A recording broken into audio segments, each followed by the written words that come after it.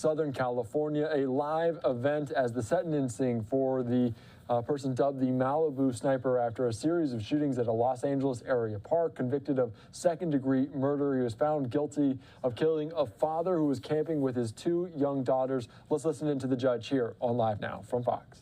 The one that you were actually found with, a 9mm. You research that. You research how to use the sights. You research how to use it. You research, I guess there was a video and part of the clip was how to clean it. But you took it even a step farther. You modified it. So it was easy for you to sling over your shoulder and lurk around in the middle of the night. You're a smart guy. And that's a dangerous combination, cold-blooded and smart. To show that, you're smart enough to waive your presence during the jury. That spoke volumes. Because you know how you've acted before. You know why you're in that chair. You know why you have a net over your head. Previously, you've threatened everybody in court. Everybody. You use profanity often towards people in a violent way. You stabbed a deputy. You punched a deputy. You had multiple incidents in jail. One as early as just, I think, less than 30 days before this trial. You had to be put in a chair where you are restrained because of how dangerous. You had to have a net put over you because you keep spitting at everybody. And I had laid out previously why you're in that chair and when we started this case and why, and you've earned every single aspect of putting you in restraints because of how you have chosen to conduct yourself. Again, you're a smart guy. That is why the court is balancing the court's ability to strike or lessen the time given in the enhancements, and I will not be exercising that because of how you've chosen to conduct your life, how you've chosen. So this case wasn't just a cold-blooded case. You've continued to act violent. You've continued to be aggressive. And that's how you are. But again, you're smart. And that's a dangerous combination. So the thought of endangering the public, you're like a poster boy for it. So I recognize I have the full ability to strike the gun allegations, the full ability to give you low term on the various counts, and or give you less time on the gun or the gun allegations. I'll do that because of who you are and how you've chosen to conduct yourself. So, Mr. Okorocha, I appreciate your emotions, and that's exactly how you have to argue it and point it out. And there are some that certainly apply to the defendant, and especially with regard to any type of mental health. But the court, after doing the balancing, I respectfully deny your request to strike and or lessen. Thank you. All right, now we come for sentencing. People, you have actually given the court something, and this will, the court will utilize in whether or not to use the low, middle, or high term. First thing you've given is a packet, 2 packets. Madam Clerk, do you know what our last exhibit number was?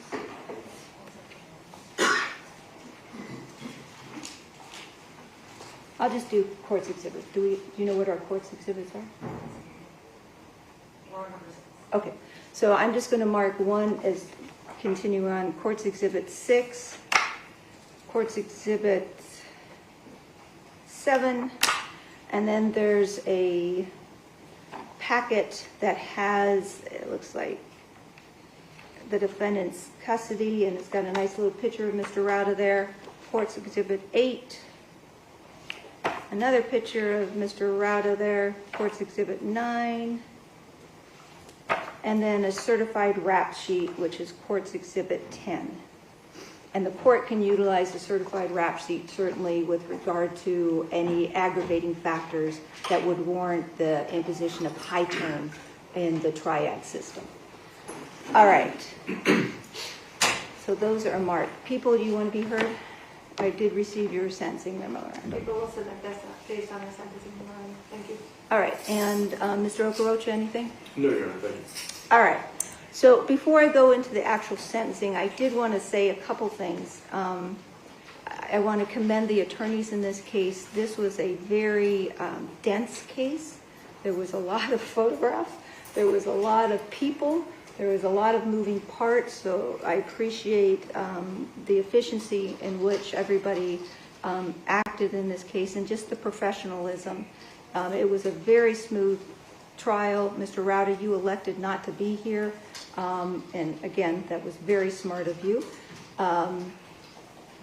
And I also wanted to commend Mr. Okorocha. You know, if you look at the cold record, somebody might say, well, why didn't he ask the question here? Or why didn't he ask the question there?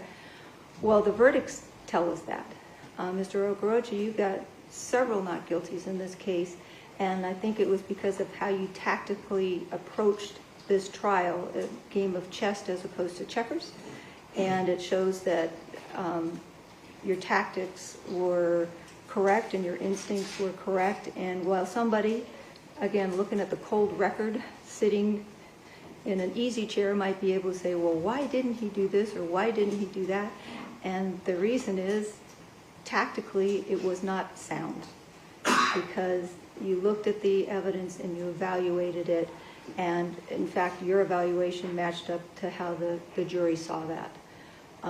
But I will say you always were prepared. You could tell you knew the case. We did some informal discussions just about timing and just about certain issues. You always were on top of everything. So while tactically you decided not to ask some questions, I think that the verdicts kind of show that that was the correct response. So I wanted to bring that up. And our jury was amazing. Our jury, they were careful. They were tedious. They caught even a couple mistakes that none of us caught. And they looked at this evidence in a very clinical way, exactly how I asked them to do. And again, the verdicts show that. And I have to commend my jury with regard to how they approached the task. So let's start with the determinate sentencing. And I'm going to start with count number 13. That was the burglary of the water treatment facility. The court is going to select the high term, which is 3 years. And the reason the court... Something going on? Yeah, our count 2 has a determinant.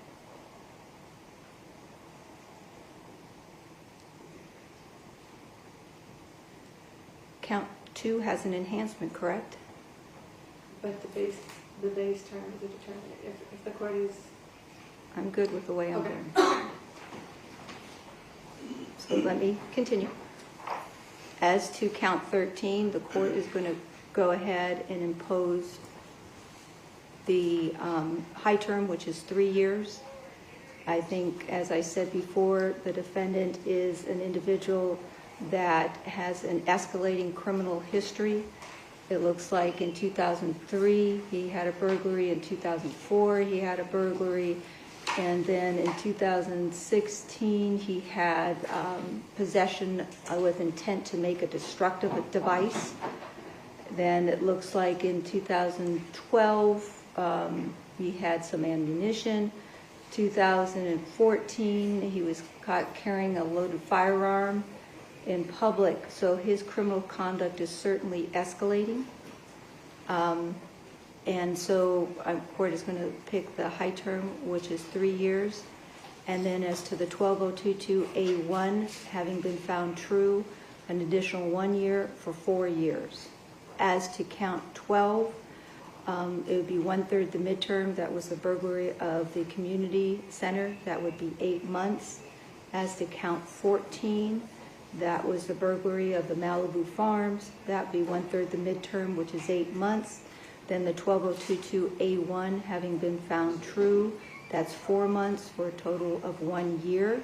As to count 15, that was the second burglary of the water treatment plant, 1/3 the midterm, 8 months. Count 16, that's the burglary of the community center, that would be 8 months. So that brings me to the total of 7 years.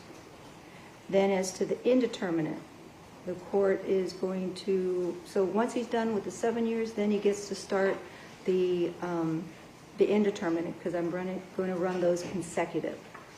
So consecutive to the 7 years in count 1, the defendant having been found guilty of second-degree murder of Mr. Beaudette, that would be 15 years to life. As to the 12022.53D, having been found true, that's 25 years to life, for a total of 40 years to life. In count 2, there was an attempted murder. That would be 9 years. Of course, going to select the high term.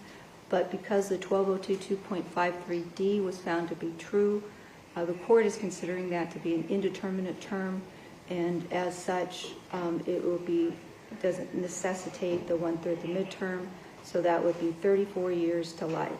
As to count 3, that's also the attempted murder. The court's going to impose the 9 years, which is the high term for the reasons I had stated previously. And then with the 12022.53D having been found true, a total of 34 years to life. As to count 4, the jury having found true, defendant guilty of attempted willful premeditated deliberate murder of Mr. Kincaid. The court is sentencing him to life with the minimum parole date of 7 years, so effectively 7 years to life. Then the 12022.53C having been found true, that will be an additional 20 years for a total of 27 years to life. So that brings the total of the indeterminate to 135 years to life. So adding the 7 years plus 135 to life, I come to 142 years to life. How much time credit? It was 1,702 actual days, yeah.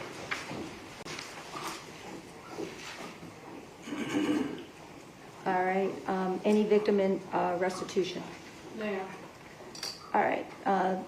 Defendant's ordered to pay a $40 court security charge for each count, a $30 court construction for each count. I'm ordering him to pay a $10,000 restitution fine, a $10,000 parole revocation restitution fine.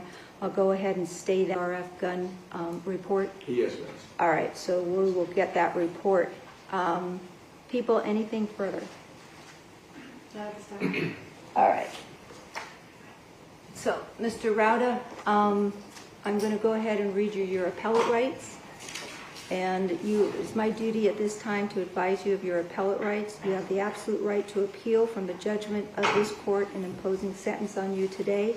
That means if you wish to appeal, you must file a written notice of your intention to appeal within 60 days of today's date. An appeal not filed within 60 days shall be void and no effect. The notice must be in writing and signed by you or your attorney or both of you. It must specify what you're appealing from and whether it is the whole judgment or just part of the judgment. If you appeal and do not have the financial ability to retain the services of an attorney to represent you on appeal, the appellate authorities will appoint counsel to represent you. In this regard, it is your obligation to keep the appellate authorities advised at all times of your current residing address so that they may be in touch with you to advise you of your appointed counsel. Mr. Okorocha, anything further, sir? Your Honor, I would just like to request that the court seal records pertaining to mental health of 1368 reports along with my sentencing memorandum. Right. With regard to any of the reports that were generated with the defendant's mental health, they were done some time ago. If they haven't already been sealed, the court will go ahead and seal them, and included in that I will add the defense counsel's motion because there is reference in there with regard to the defendant's mental health. So I will order that to be sealed. Thank you, Your Honor. And I'll be filing the notice of appeal form later this morning. All right, people, anything further? Nothing. All right. Thank you, everybody. Thank you, Your Honor. Thank you, Mr. Rauda. You're doing good today. For the audience, remain seated.